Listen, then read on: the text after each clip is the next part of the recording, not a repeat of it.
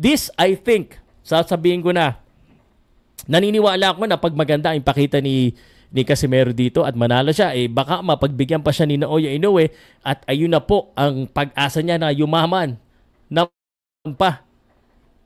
And syempre gusto natin yan dahil syempre mas gusto natin na nagiging successful ang mga boksingero natin. It doesn't matter kung kagalit ko yan o hindi, basta ano yan, ang tawag dito, manalo yan. Para sa bansa pa rin yan. O yung iba yung usapan natin. And totoo yan. Walang halong biro.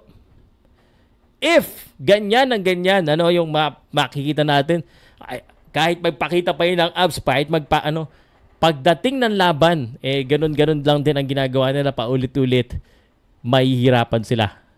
Lamado sila sa paper, but I think this konting-konti lang lamado nila because lamado sila sa experience, but this guy, Saul Sanchez, is going up. Pag lumampas yan ng round number 6, delikado to si Casimero. Saul Sanchez, however, eto naman, para kay Casimero, sa tingin ko, open for business. Saul Sanchez, nakikipagsabayan eh. Wag lang sigurong makipagsabayan si Saul Sanchez sa first 3 rounds, 4 rounds. Wag lang masyado muna makipagsabayan. Hintayin niya munang mapagod. And then dun siya medyo mas maging aggressive. He gives himself a chance. Kasi malakas ito. Alam naman natin, for the last few fights, bigla na lang bumubuhos itong si Casimero eh.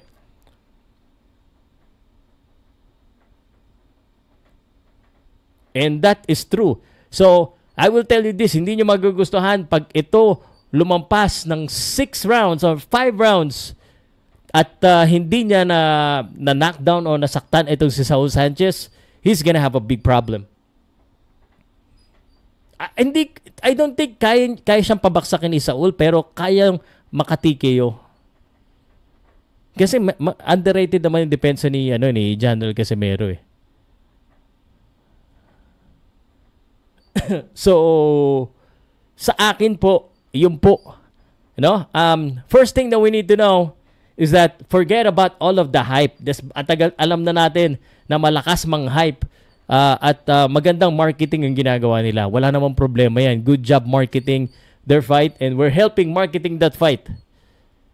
No problem. But that's not all. That's not all. Yung mga nakikita, hindi lahat yon. Kasi ilang beses na ako nakakunta ng cup, yan maganda yung panapakita talaga. Okay? So,